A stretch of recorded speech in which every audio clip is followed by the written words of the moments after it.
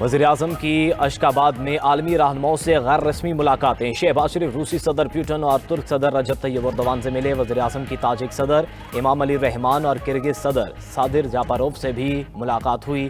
شہباز شریف عالمی رہنماؤں کی توجہ کا مرکز بنے رہے۔ وزیر خارجہ اسحاق ڈار کی ایرانی ہم منصب عباس عراقچی سے ملاقات۔ پاک ایران دو طرفہ تعاون اور خطے کی صورتحال پر تبادلہ خیال۔ تجارت، رابطہ کاری اور عوامی روابط بڑھانے پر اتفاق۔ اسحاق ڈار کا کرگستان کے وزیر خارجہ سے بھی ملے۔ دونوں ممالک کے درمیان دو طرفہ تعلقات کا جائزہ۔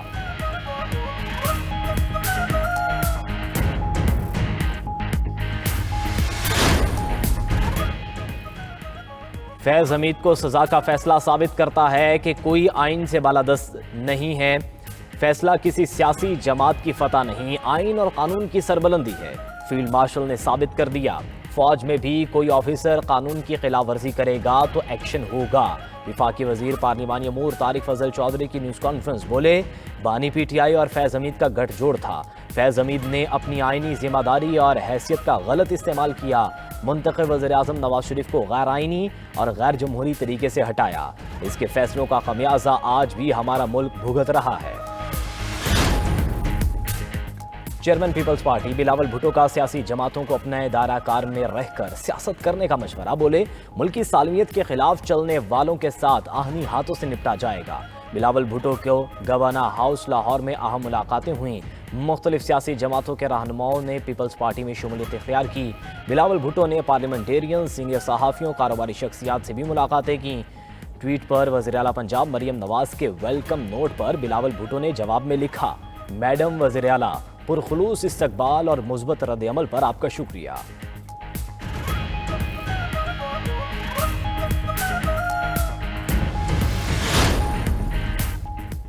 اسلام آباد کنونشن سینٹر میں قومی علماء مشائخ کانفرنس، پاک فوج سے اظہار یکجہتی، عسکری قیادت کو خراج تحسین پیش۔ جامعۃ الرشید کے سربراہ مفتی عبد الرحیم نے کہا، ملک جنگی حالات سے گزر رہا ہے، سیاسی و عسکری قیادت اکٹھے چل رہے ہیں، قوم کو شکر ادا کرنا چاہیے۔ فتنہ الخوارج کی سرکوبی کے لیے اللہ تعالیٰ نے ہماری فوج کو منتخب فرمایا۔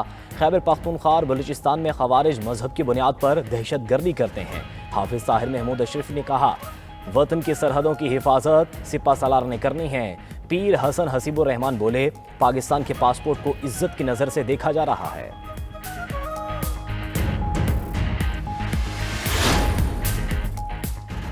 قرض پروگرام کے لیے آئی ایم ایف کی 23 کڑی شرائط سامنے آ گئیں۔ کھاد، زرعی دواؤں اور سرجری آئٹمز پر ٹیکس لگے گا۔ توانائی ٹیرف ایڈجسٹمنٹ، لاگت میں کمی کے لیے اصلاحات کی جائیں گی۔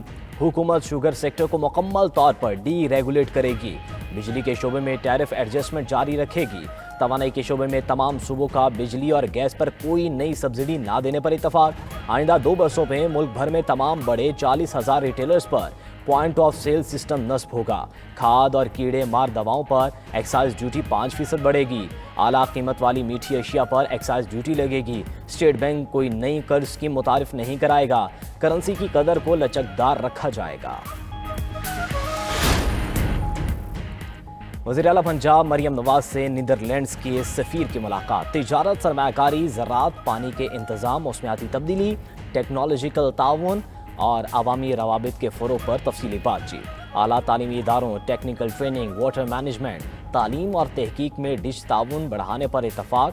مریم نواز نے کہا کہ نیدرلینڈز پاکستان کا دوسرا بڑا یورپی تجارتی شراکت دار ہے۔ پنجاب سرمایہ کاروں کو سازگار ماحول فراہم کرتا ہے۔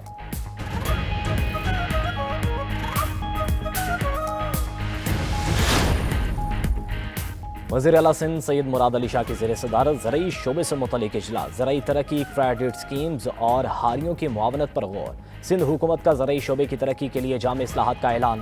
سندھ بینک کو چھوٹے کاشتکاروں کے لیے قرضوں کی فراہمی میں آسانیاں پیدا کرنے کی ہدایت۔ بیج، پانی اور مٹی کے انتظام کے لیے سائنسی بنیادوں پر منصوبہ سازی کی جائے گی۔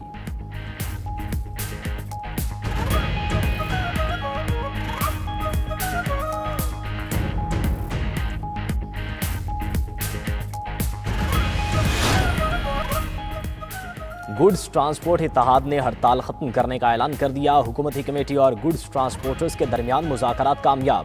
حکومتی کمیٹی نے جرمانوں میں اضافے کے قانون میں ترمیم کرنے کی یقین دہانی کروا دی۔